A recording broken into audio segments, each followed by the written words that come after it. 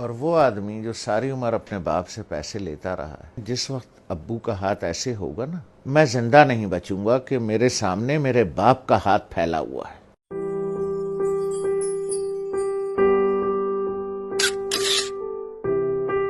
ایک دن میں بیٹھا ہوا تھا، اسلام آباد سے گیا تھا کراچی، نوکری میں تھا، تو ہم امی کے کمرے میں بیٹھے تھے، وہ اپنے سامنے بیٹھی ہوئی تھیں، تو میری ایک ہی بہن پاکستان میں ہے، اس کے تینوں بچے بھی آئے ہوئے تھے، وہ بھی آئی ہوئی تھی، تو ادھر صوفہ رکھا تھا تو اس پہ میں بیٹھا تھا، 2 لوگوں کا صوفہ تھا ہے وہ، تو والد صاحب برابر میں بیٹھے تھے، تو سب لوگ باتیں کر رہے تھے، تو میں نے کچھ 2-4 پیسے نکال کر کے والد صاحب کو ویسے ہی پیش کر دیے۔ تو میں نے عین اس موقع پر یہ کیا کہ جب میں سمجھا کہ کوئی نہیں دیکھ رہا ہے، ٹھیک ہے، سب اپنے اپنے گپ میں لگے ہوئے ہیں، کوئی نہیں دیکھ رہا ہے، تو میں نے اس موقع سے فائدہ اٹھا کے جلدی سے چھپا کے ابو کو، مجھے نہیں پتا تھا کہ امی دیکھ رہی، تو انہوں نے بڑے زور سے کہا دوبارہ دو،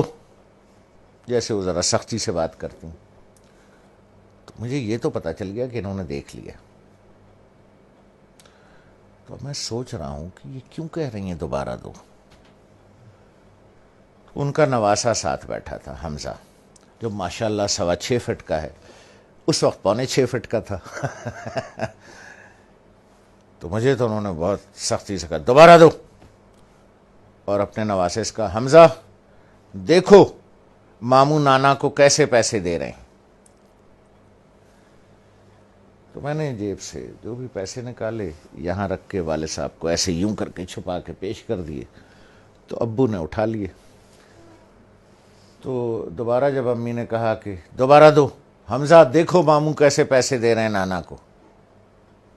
تو میں نے دوبارہ دے دیے، تو والدہ نے کہا کہ اب اسے بتاؤ کہ تم نے ایسے کیوں دیے۔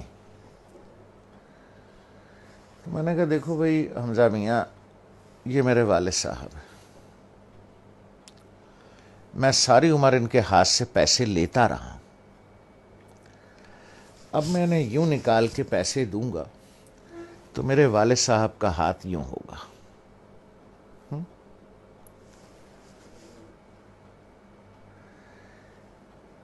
اور وہ آدمی جو ساری عمر اپنے باپ سے پیسے لیتا رہا ہے،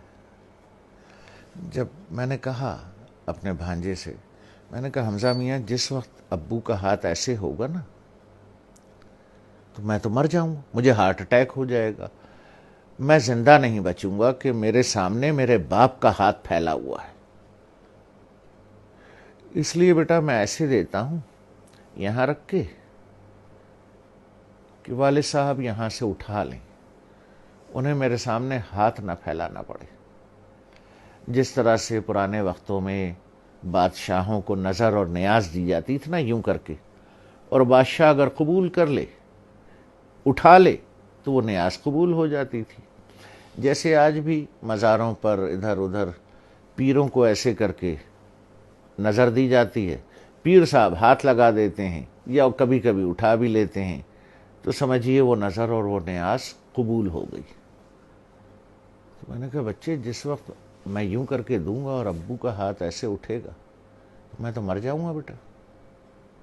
کہ میرے باپ کا ہاتھ میرے سامنے پھیلا ہوا ہے، تو اس لیے میں ایسے کر کے نظر پیش کرتا ہوں چھپا کے کہ کوئی دیکھ نہ لے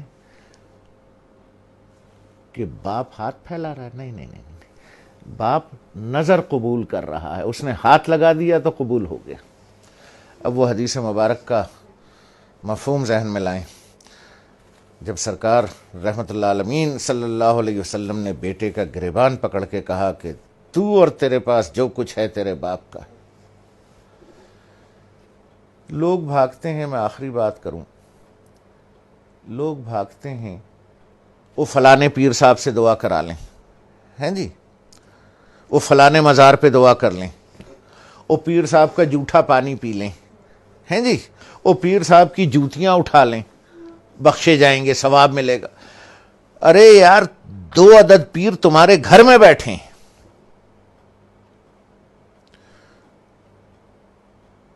ایک عورت ایک مرد، دو پیر تمہارے گھر میں بیٹھے ہیں یار، جا کے ان کی جوتیاں سیدھی کر، ان کا جھوٹا پانی پی، ان کے پیر دبا، پیر صاحب کے بجائے باپ کو نظر اور نیاز پیش کر، جا کے ابا کے جوتے پالش کر، ماں کی چپلیں سیدھی کر کے رکھ۔ دو پیر گھر میں بیٹھے ہیں، ان کو چھوڑ کے اللہ کو ڈھونڈنے کہیں اور جاتے ہو، شرم نہیں آتی؟